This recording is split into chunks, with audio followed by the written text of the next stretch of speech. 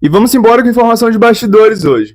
Me perguntaram, Nicolas, como que você faz para poder fazer o teu discurso, seus pronunciamentos, quando você fala em público?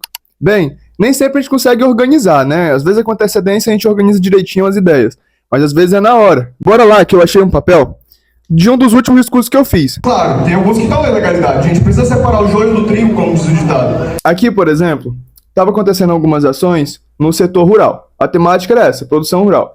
E algumas ações de abuso de poder por parte do IBAMA com os produtores. Aí, geralmente, eu uso alguma figura de linguagem para poder a gente associar o caso a uma coisa prática que a gente vive no nosso dia a dia.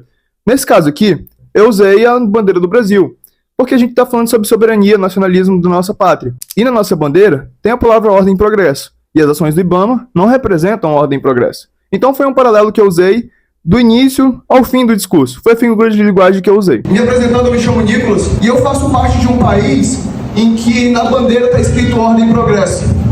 Mas não é isso que a gente está vendo, né? Não é ordem e progresso que a gente está vendo.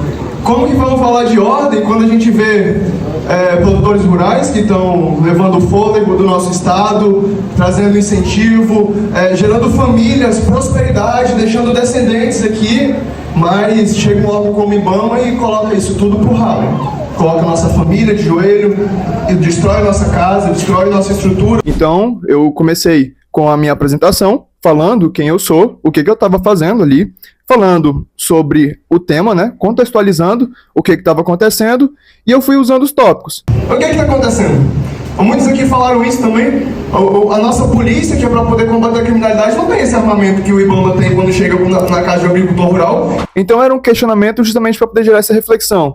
Será que os anos estão passando e a gente está indo em busca do desenvolvimento, ou será que a gente está voltando atrás no tempo? A gente tem livros históricos que dizem, 1800, na época que os jesuítas começaram a habitar aqui, que eles já tinham produção de gado.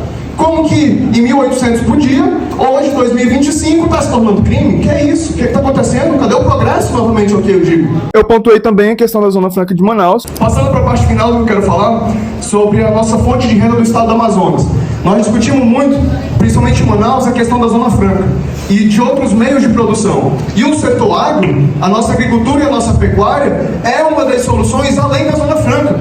E como que esse setor está sendo menosprezado? E por fim, eu quis deixar uma mensagem de empoderamento para os produtores rurais, para eles não abaixarem a cabeça, para continuarem firmes, com a cabeça erguida, com muita esperança, para eles terem a certeza de que a gente tem muito orgulho da trajetória que o setor rural trouxe para o nosso país, nosso desenvolvimento, nosso crescimento como nação, e eles saberem que a nossa sociedade tem orgulho desse setor. O IBAMA chega menosprezando, dizendo que você está errado, mas eu digo para poder todos continuarem aqui, ó, com a cabeça erguida.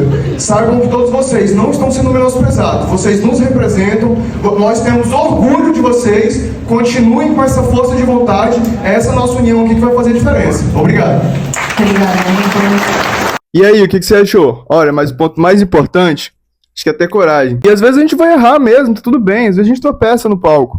Mas o importante é a gente estar ali com a cabeça erguida, firme, lutando por um propósito, lutando por algo que é verdadeiro. Se você estiver falando a verdade, cara, não hesita, vai lá e mete a cara e fala.